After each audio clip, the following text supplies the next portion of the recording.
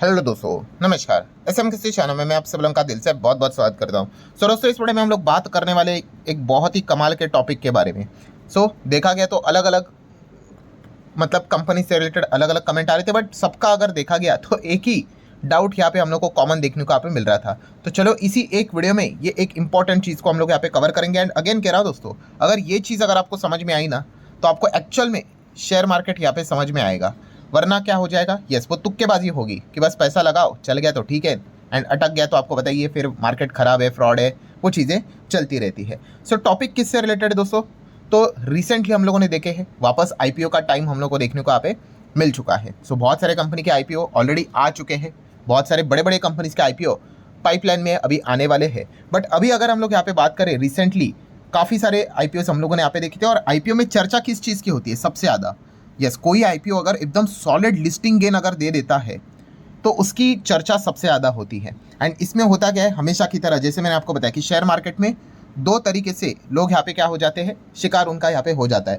पहला तरीका कौन सा कि नॉर्मल, अभी जैसे बाजार यहाँ पे चल रहा है, जो ऑलरेडी स्टॉक मार्केट में लिस्ट है, तो ऐसा ऐसा चलता है और वो एकदम रॉकेट बन गया तो वहाँ पे लोग खरीदना शुरू करते हैं। आपको पता ही है, स्टेज 2 में खरीदते, फिर वो नीचे आते हैं 30-40%, फिर वो ट्रैप हो जाते हैं। एंड दूसरा तरीका कौन सा होता है, यही आईपीओ वाला, कि कोई आईपीओ एकदम धूम धड़ाकेदार अगर लिस्टिंग गेन दे देता है 50, 60, 70, 80, 100 प्लस, तो उसकी चर्चा ज़बरदस्त होती है। और उसमें होता क्या है कि जिनको आईपीओ नहीं लगा तो फिर वो क्या करते हैं, यस सेम वही चीज़ करते हैं, टॉप पे बिना किसी लॉजिक के बस खरीद लेते हैं, ये सोच के कि अरे ये जो आईपीओ है XYZ कंपनी का, भाई इसने तो 60-70% लिस्टिंग गेन दे दिया, मुझे नहीं मिला, मैं जैसे ओपन हो जाऊंगा खरीद लूंगा। एंड उसके बाद क्या होता है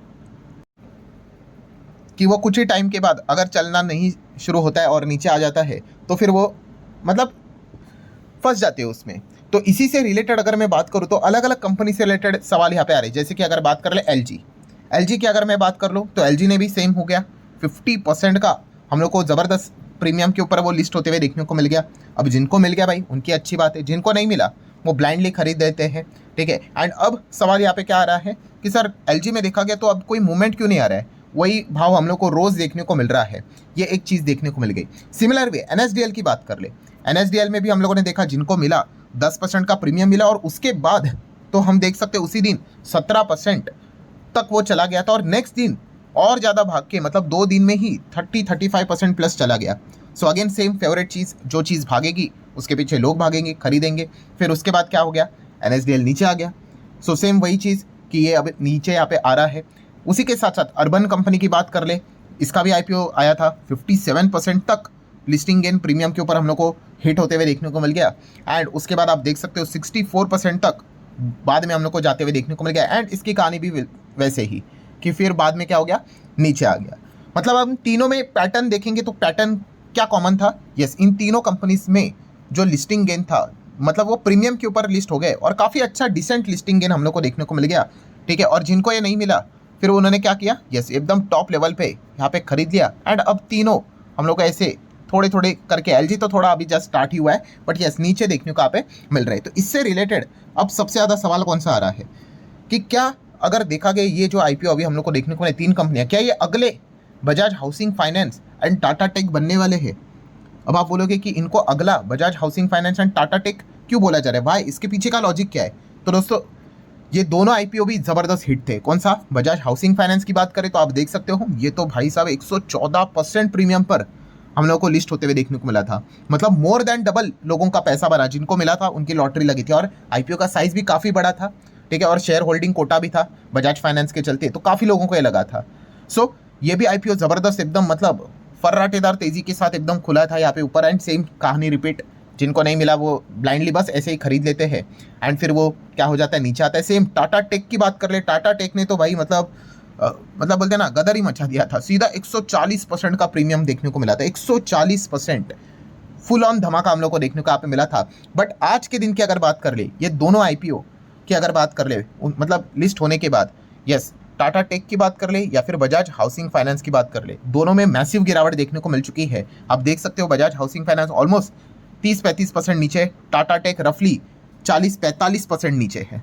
तो बस यही सवाल यहाँ पे पूछा जा रहा है। कौन सा सवाल कि ये जो एनएसडीएल देखने को मिल रहा है, LG का IPO देखने को मिल गया। देन अर्बन कंपनी की अगर बात कर ले तो इनमें भी ज़बरदस्त प्रीमियम देखने को यहाँ पे मिला था। अब क्या इनका भी ऐसा ही पतन यहाँ पे शुरू हो जाएगा जैसे कि Bajaj housing finance and Tata tech में देखने को यहाँ पे मिला है? ये सबसे ज़्यादा कॉमन सवाल हमेशा यहाँ पे पूछा जाता है। तो इसी से रिलेटेड लॉजिकल पॉइंट मैं आपके सामने यहाँ पे रखने वाला, और पूरा वीडियो आपको पता है इन्फॉर्मेशन एजुकेशनल पर्पस से रिलेटेड होता है। मैं कोई रिकमेंडेशन नहीं देता हूँ भाई कि खरीदो बेचो होल्ड करो एवरेज करो करके, वो आपकी चॉइस। बट जो पैटर्न रहता है बिजनेस रिलेटेड पॉइंट वो मैं आपके सामने रखने की कोशिश यहाँ पे करता हूँ। सो इसके पहले भी मैंने आप लोगों को एक एग्जाम्पल दिया था, ये शायद से मैंने बजाज हाउसिंग फाइनेंस के वक्त दिया था। कौन सा एग्जाम्पल? यस, गाड़ी का। ठीक है, अगर आप कोई भी एक गाड़ी का एग्जाम्पल अगर पकड़ लो, ठीक है, अगर एक कोई गाड़ी है, ठीक है, आप BMW समझ लो। अब BMW देखा गया एक डिसेंट कंपनी है, अच्छी गाड़ी है, ठीक है। अभी इस गाड़ी का प्राइस अगर 50 लाख है, ठीक है, तो गाड़ी है, सेफ्टी है, सब कुछ है। पर अगर ये 50 लाख की गाड़ी अगर कोई मुझे बोलेगा कि 5 करोड़ में खरीदो फॉर एग्जाम्पल, तो क्या ये फिर अच्छी डील है? बिल्कुल भी नहीं। ठीक है, गाड़ी एकदम फर्स्ट क्लास है, कंपनी सब कुछ फर्स्ट क्लास है, बट वैल्यूएशन नाम की भी चीज़ होती है कि नहीं? सो यही चीज़ हम लोग को देखने को यहाँ पे मिल जाती है दोस्तों स्टॉक मार्केट में भी, कि कंपनी अगर अच्छी यहाँ पे होगी, इसका अर्थ ये नहीं कि कभी भी कहीं पे भी जाके कोई भी शेयर यहाँ पे खरीदना होता है, वैल्यूएशन भी चेक करना होता है। एंड यूजुअली होता क्या है, जब ये इस प्रकार के IPO आते हैं जो ऑलरेडी इतना ज़बरदस्त प्रीमियम के ऊपर लिस्ट होते हैं, तो वो इतने ज़्यादा ओवर वैल्यूड हम लोग को देखने को मिल जाते हैं, हायर वैल्यू पे चले जाते हैं एकदम ही ज़्यादा। सो क्या हायर वैल्यू पे जाना कोई पाप है क्या, कि उसके बाद तो मतलब ये भाग ही नहीं सकते? ऐसा बिल्कुल भी नहीं है। बट उसके बाद जो चैलेंजेस होते हैं दोस्तों वो बढ़ जाते हैं। किस चीज़ का चैलेंज? कि भाई फिर आपको उस प्रकार से क्या करना पड़ेगा? यस, आपको यहाँ पे रिजल्ट्स लाने पड़ेंगे, आपको उस प्रकार का वैल्यूएशन को जस्टिफाई करने वाला परफॉर्मेंस दिखाना पड़ेगा, उस प्रकार से आपको ग्रोथ दिखानी पड़ेगी, तो जाके वो तेज़ी वहाँ पे टिकेगी। एंड अगर उस प्रकार का परफॉर्मेंस नहीं आया तो फिर ऑब्वियसली फिर तो वो गिरावट होनी तय ही है, फिर तो वैल्यूएशन वो जस्टिफाइबल नहीं हुए। मतलब अगर हम लोग नॉर्मल अगर देखा कोई अगर एक IPO ले लेते हैं SI XYZ, एकदम ज़बरदस्त 100% लिस्टिंग गेन, धमाकेदार परफॉर्मेंस देखने को मिला, अभी वो यहाँ पे है, अब वो यहाँ से ऊपर जा सकता है? हाँ जा सकता है, प्रोवाइडेड यस उसके वैसे क्वार्टर की रिजल्ट्स वैसे होने चाहिए, उसने वैसी ग्रोथ दिखानी चाहिए। अगर उस प्रकार से अगर उसने ग्रोथ नहीं दिखाई, मान लो एकदम एवरेज परफॉर्मेंस दिखा रहा है, क्या होगा? वो वैल्यूएशन जस्टिफाइबल ही नहीं है, फिर वो 30 40 50% नीचे ही आएगा। सो ये पॉइंट हमें समझ में यहाँ पे आना चाहिए। बहुत सारे लोग क्या करते हैं, इन चीज़ों को सोचते ही नहीं है, तुक्केबाजी कि नहीं मिला मुझे मैं तो ऊपर खरीद लूंगा, ये सोच के कि यहाँ से भी डबल होगा। इतना सिंपल थोड़ी ना है भाई, ठीक है। सो ये चीज़ आपने यहाँ पे क्या करनी है, पहले कंसिडर यहाँ पे करनी है। एंड बजाज हाउसिंग फाइनेंस की बात कर ले तो चलो, अब हम देख रहे हैं ना ऊपर से 30-40% रफली नीचे है। सो क्वार्टरली रिजल्ट्स देख लेंगे, पिछले 5-10 क्वार्टरली रिजल्ट्स यहाँ पे देख लेते, जितने भी अवेलेबल थे उस हिसाब से, जितना मैं हाईलाइट कर रहा हूँ वही देखो। EPS देख लो कितना था, 0.45 का EPS, 0.69 हो गया, अच्छी बात है। फिर अगेन 0.67 थोड़ा नीचे, फिर अगेन 0.65 उसी के रेंज पे देखने को मिल रहा है। देन उसके बाद आप देख सकते हो नीचे आ गया 0.57, देन अगेन ऊपर 0.62, then again 0.66, then again 0.66 and then उसके बाद आप देख सकते हो 0.70। मतलब क्या है दोस्तों, जो रेंज हम लोग को देखने को मिल रही है वो एक ही रेंज देखने को मिल रही है, ठीक है। एंड इस चीज़ के चलते क्या होता है फिर कि हाँ इतना ज़बरदस्त यहाँ पे भागा है, इतने हायर लेवल पे यहाँ पे, मतलब बोलते हैं ना लोहा लिटरली गर्म होता है। यहाँ पे अगर आपने एकदम ही धमाकेदार ग्रोथ परफॉर्मेंस अगर नहीं दिखाया, सो ऑटोमेटिकली जो बड़े प्लेयर्स होते हैं जिनको मार्केट अच्छे से समझ में यहाँ पे आ जाता है भाई, वो तो फिर देख लेते हैं भाई कि इस वैल्यूएशन के ऊपर वो चीज़ें तो जस्टिफाइबल है ही नहीं, तो फिर वो वहाँ पे हम लोग को सेलिंग देखने को मिल जाती है एंड फिर वो नीचे यहाँ पे आ जाते हैं। सेम वही चीज़ अगर आप चेक करोगे टाटा टेक में भी आपको वही देखने को मिलेगा।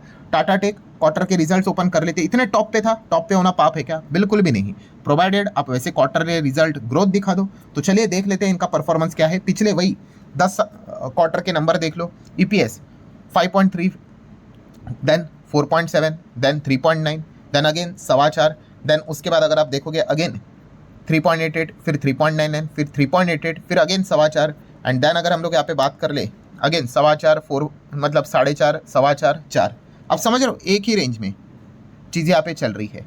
जब ये अच्छा परफॉर्मेंस करेंगे, ठीक है, अब EPS कैसे बढ़ता है, आप अगर ये सोचोगे कि अर्निंग कैसे बढ़ती है, ऑब्वियसली आपको बड़ा बिजनेस यहाँ पे बड़ा चेक लाना पड़ेगा भाई, कॉन्ट्रैक्ट, आपको बड़ा रेवेन्यू, टॉप लाइन जो हम बोलते हैं ना रेवेन्यू, बड़ा रेवेन्यू लाना पड़ेगा। बड़ा रेवेन्यू आएगा तो आपका बड़ा प्रॉफिट रहेगा। अगर बड़ा प्रॉफिट आया तो ऑटोमेटिकली EPS में क्या होता है, प्रॉफिट का तो ही पोर्शन रहता है।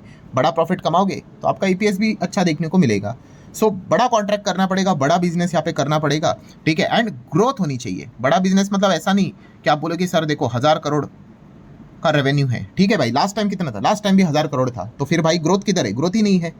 तो ये चीज़ आपको समझ में यहाँ पे आनी चाहिए। ये पॉइंट के चलते हमें क्या देखने को यहाँ पे मिल जाता है दोस्तों, कि ये जो कंपनियाँ रहती है ये ऐसा टॉप पे यहाँ पे जाती है और फिर उसके बाद वो रिजल्ट नहीं देखने को मिल जाती है, फिर वो धीमे धीमे करके नीचे यहाँ पे आती है। और होता क्या है, जब ये कंपनियाँ जब IPO लेकर आती है, एकदम धूम धड़ाकेदार लिस्टिंग होती है, तो ऑलरेडी इनका जो मार्केट कैप है वो एकदम हायर लेवल पे चला जाता है, ठीक है, लाख लाख करोड़ पार चला जाता है। अगेन वहाँ पे भी वो टिक सकती है क्या? टिक सकती है। आप वैसे नंबर दिखा दो ना, और अगर आप नंबर नहीं दिखाओगे इतने टॉप लेवल पे जाने के बाद, ठीक है, तो आप कैसे एक्सपेक्ट कर सकते हो कि मतलब वो चीज़ें वहीं पे बनी रहे, ठीक है। मतलब क्या है, जैसे क्रिकेट में हमेशा कहता हूँ कि अगर आपको टीम इंडिया में खेलना है, आप परफॉर्मेंस दिखा दो, आप अच्छा स्कोर करो, आप अच्छे विकेट ले लो, आप रहोगे टीम इंडिया में, कोई दिक्कत की बात नहीं। बट आप कहोगे कि मैं परफॉर्मेंस ही नहीं दिखाऊंगा, तो ऑटोमेटिकली आपके चांसेस फिर कम हो जाएंगे।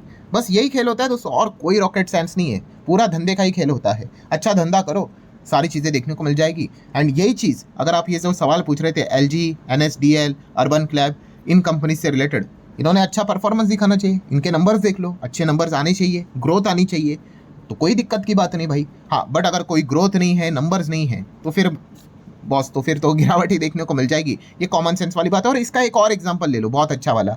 याद है कोविड के वक्त नायका, जोमैटो, पेटीएम, पॉलिसी बाजार, इनके भी IPO आए थे, एकदम धमाकेदार लिस्टिंग हुई थी इन सब की, एकदम। पेटीएम तो पूछो ही मत, क्या लिस्टिंग हुई थी, Zomato and all that. And उसके बाद क्या हो गया, सारे के सारे एकदम 30, 40, 50, 60% तक क्रैश हो गए। तो क्या बर्बाद हो गई ये कंपनियां? नहीं, इनमें से कितनी सारी कंपनियां आज रिकवर भी कर गई, ठीक है। पॉलिसी बाजार भी, पेटीएम कर रहा है, जोमैटो तो कहाँ तक पहुंच गया, कैसे पहुंच गया, ऐसे हवे में। नंबर्स देख लो उनके, उन्होंने परफॉर्मेंस दिखा दिया भाई, घाटे में चल रहे थे, मुनाफे में आ गए, ठीक है। तो फिर ऑटोमेटिकली जाके मार्केट उस चीज़ की वैल्यू करता है। हाँ, बट अगर आप यहाँ पे अच्छे नंबर नहीं दिखाओगे तो फिर काहे की रिकवरी। तो बस यही चीज़ आप लोगों ने यहाँ पे समझनी है। जो मतलब आप जो सवाल यहाँ पे पूछ रहे थे, ये जो हाल ही के लिस्टिंग वाली जो कंपनियां हम लोग को देखने को मिल रही है, क्या नेक्स्ट बजाज हाउसिंग फाइनेंस बनेगी या टाटा टेक बनेगी, तो ऐसा कंपेयर करने का कोई सेंस नहीं है। जो अच्छा परफॉर्मेंस दिखाएगा भाई, अच्छे नंबर्स लाएगा, अच्छी ग्रोथ लाएगा, बड़ा कॉन्ट्रैक्ट लेकर आएगा, अच्छा रेवेन्यू लेकर आएगा, वो अच्छा करेगा। और जो नहीं लेकर आएगा भाई, वो तो खराब ही परफॉर्मेंस करेगा। सो इसी के ऊपर आपका ध्यान होना चाहिए, बाकी इधर उधर जाने की कोई ज़रूरत नहीं होती है भाई, पूरा गणित इसी में ही चलता है। सो आशा करता दोस्तों जितना भी लॉजिकल पॉइंट जो था, ठीक है, वो मैंने आपके सामने रखा है। एंड अगेन जाते आते याद देना चाहूँगा, पूरा वीडियो भाई इन्फॉर्मेशन एजुकेशन पर्पस से रिलेटेड ही होता है। सो अगर आपको ये पसंद आया होगा, चाहो तो लाइक एंड शेयर कर सकते हो। मिलते हैं नेक्स्ट वीडियो में, तब तक के लिए बाय बाय।